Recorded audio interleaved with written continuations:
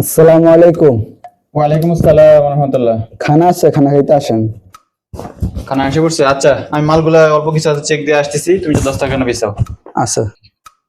খাবার সময় মতো খেতে হবে এবং খাবার পরিমিত খেতে হবে, কারণ ফার্সিতে একটি প্রবাদ আছে, পেটুকের 2 রাতে ঘুম হয় না, তার মধ্যে একটি রাত, যে রাত সে আকণ্ঠ খেয়ে ফেলে, বেশি খেয়ে ফেলে, সে রাতে সে অস্বস্তিতে ভোগার কারণে সে ঘুমাতে পারে না।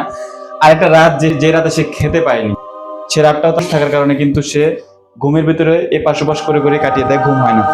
তো মানুষকে পেটুকের মতো খাওয়া যাবে না, মানুষকে স্বাভাবিক খাবারে অভ্যস্ত হতে হবে। সেটা হলো, আমার হুজুরের একটা হাদিস আছে, পেটকে 3 ভাগ করে খাবার, তার মধ্যে একটা হলো পানি, একটা হলো খাবার থাকবে, আর একটা শুধু খালি রাখবে শ্বাস প্রশ্বাসের স্বাভাবিক প্রক্রিয়া চালু রাখার কারণে।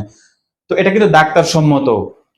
তো আমি যেটা বলবো আপনাদেরকে সেটা হলো, খাবার স্বাভাবিকভাবে খেতে হবে, কারণ যাই পাই তাই খাই, এটা মানুষের অভ্যাস না, এটা হলো ছাগলের অভ্যাস। এবং যেখানে বসি সেখানেই খাই, যেখানে মনে চায় সেখানে বসে খাই, এটাও মানুষের অভ্যাস না, এটা হলো শিয়াল কুকুর বিড়ালের অভ্যাস।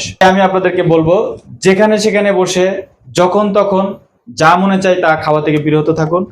নিজেকে, নিজের পেটকে, নিজের লোভকে সংযত করুন এবং সময় মতো, সঠিক সময়ে এবং সঠিক প্রক্রিয়ায় খাদ্য গ্রহণ করুন।